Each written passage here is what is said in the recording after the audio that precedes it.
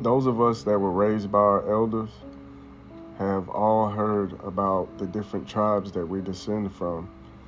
In particular, today I will be speaking on the Cherokee. Everyone likes to talk about the Dawes Rolls. Well, I've discovered that there are way more roles than the Dawes Rolls. Now, this is important so you can find your people and find your tribe because the mission of 2024 is land patent.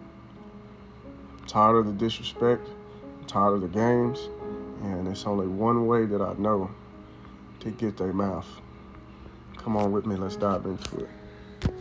Alabama, March 27, 1814. The Battle of Horseshoe Bend.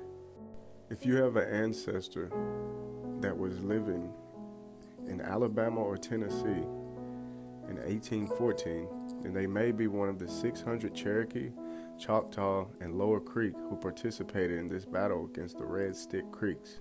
They created what's called a muster roll, and on this muster roll is the names of the people in the regiment of Cherokees who participated in the battle against the Red Stick Creeks. Number 2, the Reservation Rolls of 1817. This was a list of Cherokees in a 640-acre tract in the east and permitted to reside there. Take a screenshot and take a look at the names on this list. You may find one of your ancestors. You can share, repost, however you please. Just get the message out there. As you can see, I don't exactly have the largest account, but we need this to be shared to get the message and information to as many of our people as possible.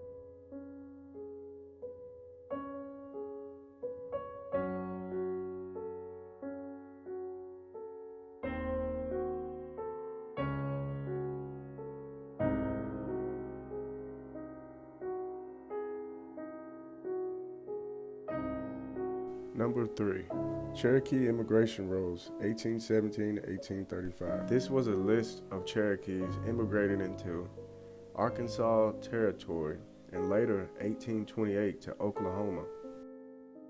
Number 4, Henderson Rolls, 1835. This was a list of 16,000 Cherokees living in Alabama, Georgia, Tennessee, and North Carolina to be removed to Oklahoma per Treaty of New Echota. Number 5, the Muley Rolls of 1848. This was a list of 1,500 Cherokees living in North Carolina after the removal of 1838. Agent John C. Muley took the census pursuant to the Act of Congress in 1848. Number 6, the Sealer Roll of 1851. This was a list of 1,700 Cherokees living in Eastern Cherokee Territory entitled to a per capita payment pursuant to an act of Congress of 1850. In 1851, David W. Siller was appointed to take a census of the Cherokees east of the Mississippi to determine who could be eligible to participate in per capita payment based on the 1835 treaty. Siller submitted his census list, which contained 1,900 individuals by state and county in North Carolina, Tennessee, Georgia, and Alabama. Number 8, the Chapman Roll, 1852 prepared by Albert Chapman as a listing of the Cherokees actually receiving payment based on the Siller 1851 Eastern Census. In 1851 and 1852, the per capita payments were made by Alfred Chapman based on the Siller census of 2,100 individuals. This role played an important part in the Guin-Miller preparation of his census completed in 1910. Anyone who could trace their ancestry to an individual on the Chapman roll was also included on the Miller roll. Number 9, the Drennan roll of 1852, prepared by John Drennan as a listing of the first census of the new arrivals in the Trail of Tears from 1838 through 1839 in Oklahoma. Number 10, the Federal Census of 1860, which contains Indian lands in Arkansas.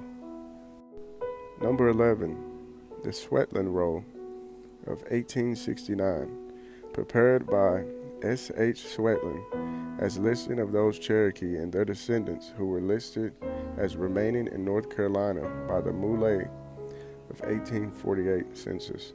Made pursuant to an Act of Congress 1868 for a removal payment authorization, S.H. Swetland was appointed to take a census in 1868.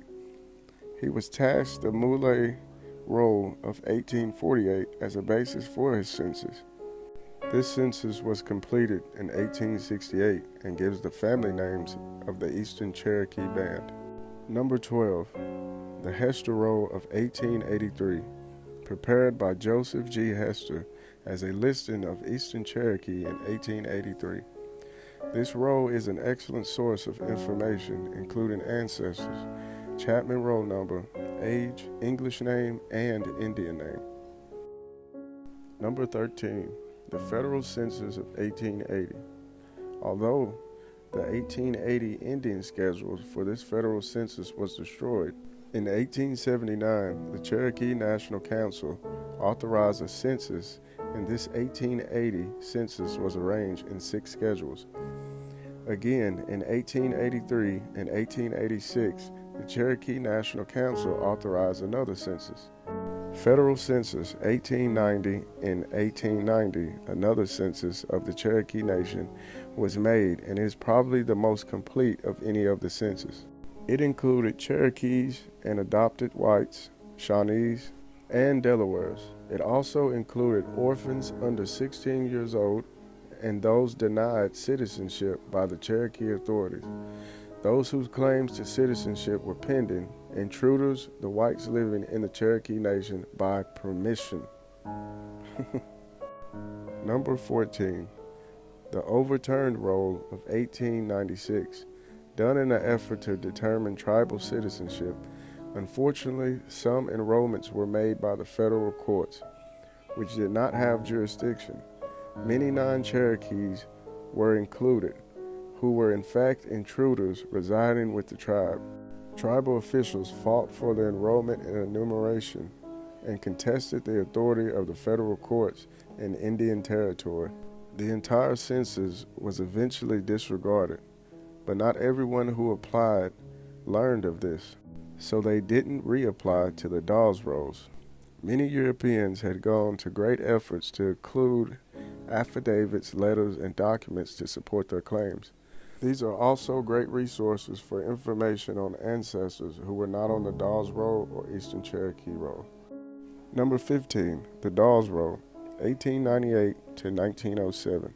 The federal government embarked on the policy of extinguishing tribal title to land and allotting it to individual Indians. This quote-unquote final roll contained the names of more than 101,000 people who were eligible for tribal membership and thus entitled to an allotment of land. 16. The Federal Census of 1900. This lists members of the 5 civilized tribes, as well as whites and blacks living in Indian Territory. 17. The Guin-Miller Roll of 1909. 18. The Baker Roll of 1924, which was supposed to be the final roll of the Eastern Band Cherokee. Share this information. I hope I was able to help my people out there. Thank you.